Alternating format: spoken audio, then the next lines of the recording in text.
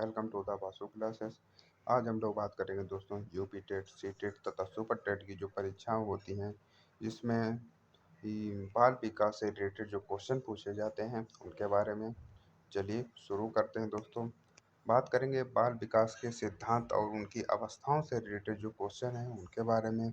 बाल विकास का कौन सा सिद्धांत कहता है कि जो विकास होता है वह सिर से पैर की ओर होता है, अर्थात जो सिर से विकास शुरू होता है और पैर की ओर जो है चलता है। तो दोस्तों यह सिद्धांत है शिरोपुच्छी सिद्धांत दोस्तों।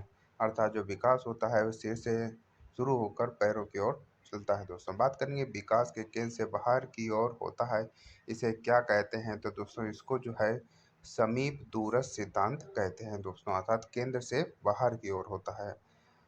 बात करेंगे मानव विकास किन दो कारकों का परिणाम है? तो दोस्तों यह जो है वंशानुक्रम एवं वातावरण का परिणाम है। तथा किस अवस्था को खिलौनों की आयु अर्थात टॉय एज कहा जाता है? तो दोस्तों वह अवस्था है पूर्व बाल्यावस्था, इसको है खिलौनों की आयु कहा जाता है दोस्तों। तथा टोली या गैंग की जो अवस्था है वह कहा जाता है उत्तर बाल्यावस्था को। तथा किशोरावस्था जो है वह बड़े संघर्ष तनाव और तूफान की अवस्था है, ये कथन जो है वह है स्टैनले हॉल का दोस्तों। बात करेंगे मिथ्या परिपक्वता का जो काल है वह बाल्यावस्था को कहा जाता है, यह कथन जो है वह है दोस्तों रॉस का। तथा बालक का जो मन होता है कोरी स्लेट होता है, यह कथन जो है वह है दोस्तों जॉन लॉक का। बालक का मन जो है एक कोरा कागज होता है, तो ये कथन है रूसो का। जहाँ पर कोरी स्लेट की बात आ जाएगी तो वहाँ पर हो जाएंगे जॉन लॉक, तथा जहाँ पर कोरा कागज की बात आएगी तो वहाँ पर हो जाएंगे दोस्तों रूसो। एमिल पुस्तक जो थी वह किसकी, उसके लेखक के बारे में बात करेंगे तो वह थे दोस्तों रूसो।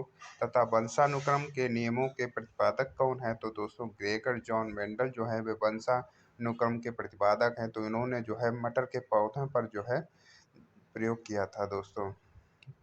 बात करेंगे मेंडल ने अपना आनुवंशिकी का प्रयोग किस पर किया था? तो दोस्तों इन्होंने किया था मटर के पौधों पर प्रयोग किया था। तथा बात करेंगे लड़का पैदा होने के लिए कौन सा जो गुणसूत्र होता है वह जिम्मेदार होता है? तो दोस्तों एक्स वाई गुणसूत्र जो होता है वह जिम्मेदार होता है। तथा लड़की के लिए जो है एक्स एक्स गुणसूत्र होता है जिम्मेदार। नवजात शिशु में हड्डियों की संख्या की बात की जाए तो वह है दोस्तों 270। तथा बाद में जो है हड्डियां हैं ये जुड़ जाती हैं, फिर हो जाती हैं दोस्तों 206। मनुष्य का विकास किस प्रकार की प्रक्रिया है? तो दोस्तों यह गुणात्मक और मात्रात्मक जो है प्रक्रिया है। तथा सीखने का जो आदर्श काल है वह किसे माना जाता है? तो वह माना जाता है दोस्तों वैलेंटाइन को।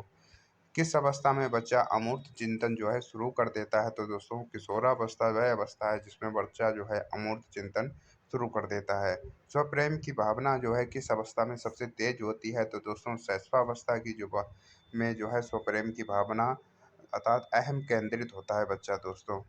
बात करेंगे विकास कभी ना समाप्त होने वाली प्रक्रिया है, यह सिद्धांत जो है किससे जुड़ा हुआ है? तो दोस्तों यह जो है निरंतरता के सिद्धांत से जुड़ा हुआ है। बात करेंगे जीन पियाजे और बायोगोस्की और कोहरबर्ग से रिलेटेड क्वेश्चन के बारे में दोस्तों। जीन पियाजे ने मुख्य रूप से जो है किसका अध्ययन किया था? तो दोस्तों इन्होंने संज्ञानात्मक और विकासात्मक सिद्धांत दिया था दोस्तों। बात करेंगे जीन पियाजे ने संज्ञानात्मक विकास की कितनी अवस्थाएं बताई थी? तो इन्होंने 4 अवस्थाएं बताई थी, जिसको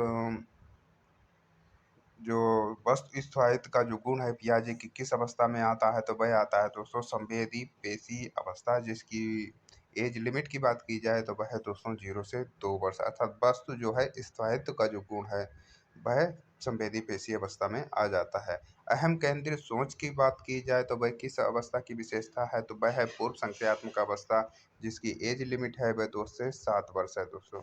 पियाजे के अनुसार जो मूत्र संक्रियात्मक अवस्था का काल है वह है 7 से 11 वर्ष की अवस्था। इसमें जो है बालक मूर्त जो चिंतन आरंभ कर देता है। तथा पुरानी क्रियाओं में सुधार कर नई स्थिति में जो ढालना क्या कहलाता है? तो दोस्तों जब पुरानी क्रियाओं में सुधार कर लेंगे उसमें तथा नई परिस्थिति में ढलना जो है वह समायोजन कहलाता है दोस्तों। तथा पूर्व ज्ञान में ही कोई नया ज्ञान जोड़ देते हैं तो उसको कहा जाता है आत्मसातीकरण दोस्तों। समीपस्थ विकास का क्षेत्र जो जेपीटी जिसको कहा जाता है जोन ऑफ प्रॉक्सिमल डेवलपमेंट, तो उसकी अवधारणा दी थी वह दी थी लेव वाइगोस्की ने। वाइगोत्स्की के अनुसार बच्चे अपने कार्य को दिशा देने के लिए स्वयं से बातें करते हैं। इसे क्या कहा जाता है दोस्तों? इसे निज भाषण या अंतःभाग या निज भाषा आदि नामों से जाना जाता है दोस्तों। बच्चे को दी जाने वाली अस्थायी सहायता जो होती है, पाड़ या ढांचा, उसको क्या कहते हैं? तो दोस्तों उसको कहते हैं स्कैफोल्डिंग। तथा नैतिक विकास का जो सिद्धांत प्रतिपादित किया था वह किया था लॉरेंस कोहलबर्ग ने। नैतिक दुविधा और नैतिक तर्कणा जो शब्द हैं किसने दिए हैं? तो वह दिए हैं दोस्तों कोहलबर्ग ने। कोहलबर्ग के नैतिक विकास के कितने मुख्य स्तर हैं? तो दोस्तों इन्होंने 3 स्तर बताए हैं तथा 6 उप अवस्थाएं बताई हैं। अच्छा लड़का या अच्छी लड़की जो अभिविन्यास कोहलबर्ग के किस स्तर के अंतर्गत आते हैं? तो दोस्तों ये पारंपरिक स्तर के अंतर्गत आते हैं। वाइगोत्स्की ने बालक के विकास में किन 3 तत्वों को सबसे महत्वपूर्ण माना है? तो दोस्तों समाज, संस्कृति और भाषा, इन 3 तत्वों को वाइगोत्स्की ने सबसे महत्वपूर्ण माना है दोस्तों। बात करेंगे अधिगम और प्रेरणा से रिलेटेड क्वेश्चन के बारे में दोस्तों। प्रयास एवं त्रुटि का जो सिद्धांत दिया था वह दिया था थॉर्नडाइक ने। थॉर्नडाइक ने अपने प्रयोग जो किए थे वह किए थे दोस्तों बिल्ली पर।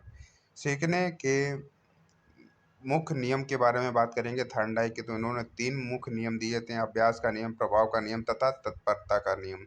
बात करेंगे क्लासिकल कंडीशनिंग, जिसको शास्त्रीय अनुबंधन सिद्धांत के नाम से जाना जाता है, तो उसके जो जनक हैं वह है इवान पावलोव दोस्तों।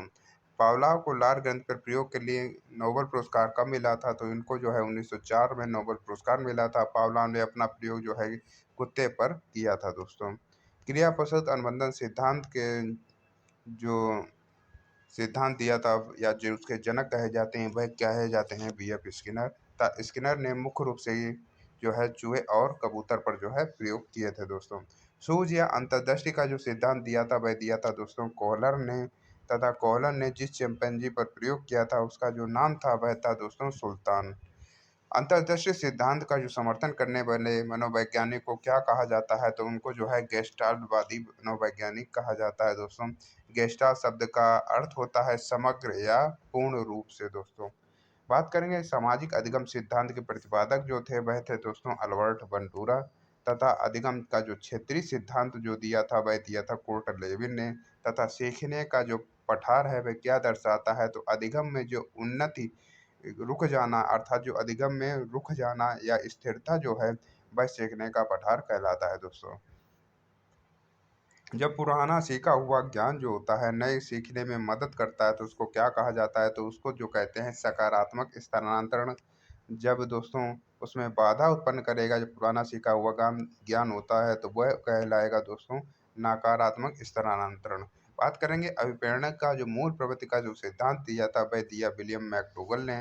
तथा मैकडूगल ने मानव व्यवहार की कितनी मूल प्रवृत्तियां बताई? तो दोस्तों इन्होंने जो है 14 मूल प्रवृत्तियां बताई थी दोस्तों। मांग या आवश्यकता का जो सिद्धांत दिया था वह दिया था दोस्तों आ- अब्राहम मास्लो ने।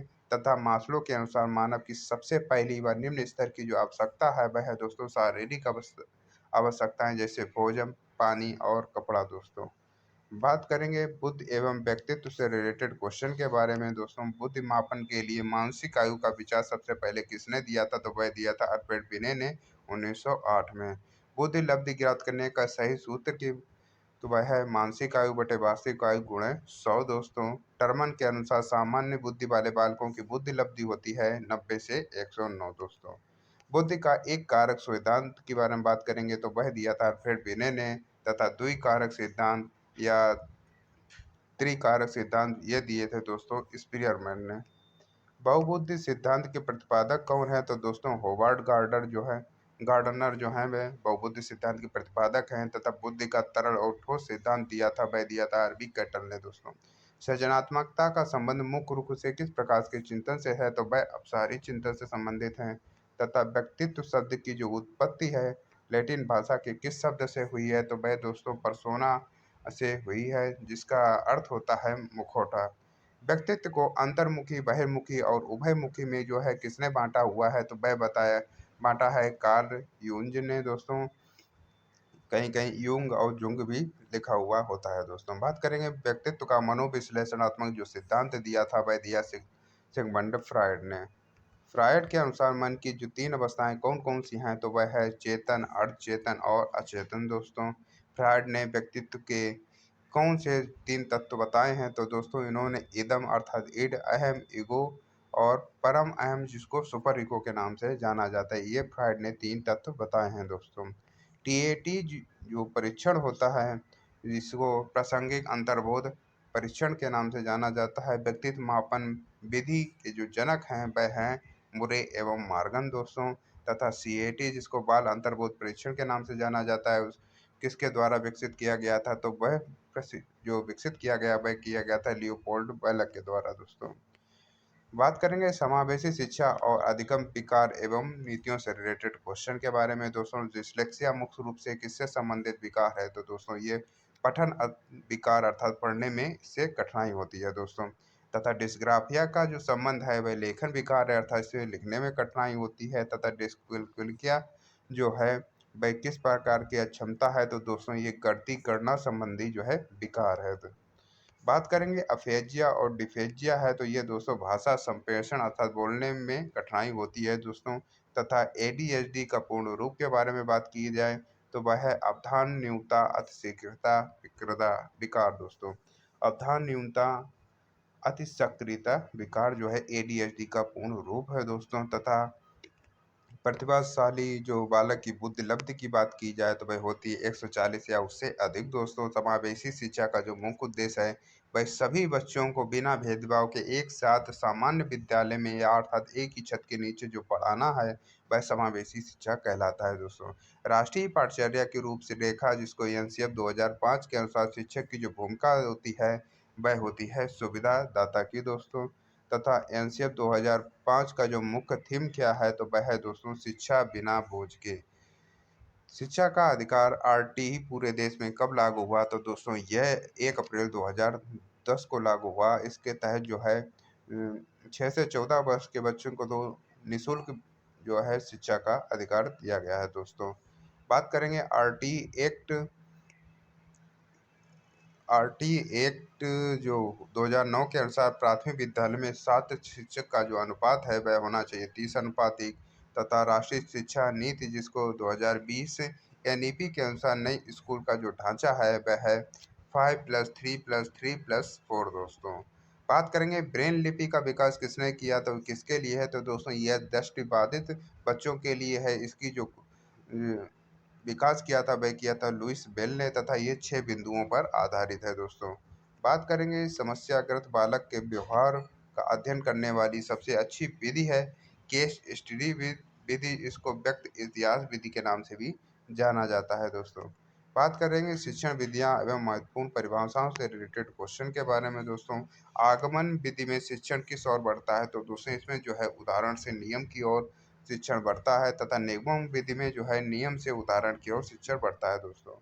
बात करेंगे किंडरगार्टन शिक्षा प्रणाली के जो जनक हैं वह हैं दोस्तों फ्रॉबेल। तथा प्रोजेक्ट विधि जिसको योजना परियोजना के नाम से जाना जाता है उसके जो जनक हैं वह हैं विलियम किलपैट्रिक दोस्तों। ह्यूरिस्टिक अर्थात खोज विधि के जो जन्मदाता हैं वह हैं एच आर्मस्ट्रांग। तथा मॉन्टेसरी शिक्षा पद्धति के जो जनक हैं वह है मारिया मॉन्टेसरी दोस्तों। भारत के संदर्भ में जिसको सूक्ष्म शिक्षण अर्थात माइक्रो टीचिंग का जो चक्र है वह है दोस्तों 36 मिनट का। तथा सूक्ष्म शिक्षण शब्द का जो सबसे पहले प्रयोग किया था वह किया था ड्वाइट एलन ने दोस्तों। बात करेंगे पाठ योजना की पंचपदी प्रणाली जो है वह किसने दी थी? वह दी थी दोस्तों हार्वर्ट ने। तथा मनोवैज्ञानिक आचरण एवं व्यवहार का यथार्थ विज्ञान है ये परिभाषा दी थी मैकडोगल ने। तथा मुझे कोई बच्चा दे दो मैं उसे डॉक्टर वकील चोर कुछ भी बना सकता हूँ, यह कथन है जेबी वाटसन का दोस्तों। आधुनिक मनोविज्ञान का जो जनक माना जाता है वह माना जाता है विलियम जेम्स को। तथा कुछ जगहों पर जो है बुंट देखने को मिलता है दोस्तों, लेकिन ज़्यादा तो हर जो है वह विलियम जेम्स ही राइट आंसर होगा दोस्तों। लेकिन विश्व की पहली मनोवैज्ञानिक प्रयोगशाला 1879 में कहाँ स्थापित हुई थी? तो वह हुई थी दोस्तों लिप्जिंग जर्मनी विलियम पुंट द्वारा दोस्तों। बात करेंगे भारत में पहली मनोवैज्ञानिक प्रयोगशाला जो 1916 में कहाँ स्थापित हुई थी? तो वह हुई थी कलकत्ता विश्वविद्यालय। वहाँ उसके doctor N N Sen Gupta के द्वारा दोस्तों ये भारत में जो है मनोवैज्ञानिक प्रयोगशाला जो है कलकत्ता विश्वविद्यालय में doctor N N Sen Gupta द्वारा जो है यहाँ पर स्थापित हुई थी दोस्तों। सीखना व्यवहार में उत्तरोत्तर समाजस की प्रक्रिया है, ये कथन है स्किनर का। तथा स्वस्थ शरीर में ही स्वस्थ मस्तिष्क का निवास होता है, ये प्रसिद्ध कथन है। यह है अरस्तू का। अगर दोस्तों ये आपको वीडियो पसंद आए तो वीडियो को लाइक करें, चैनल को सब्सक्राइब करें तथा अपने दोस्तों को भी शेयर करें तथा सुझाव देने के लिए कमेंट करना बिल्कुल भी ना भूलें। धन्यवाद।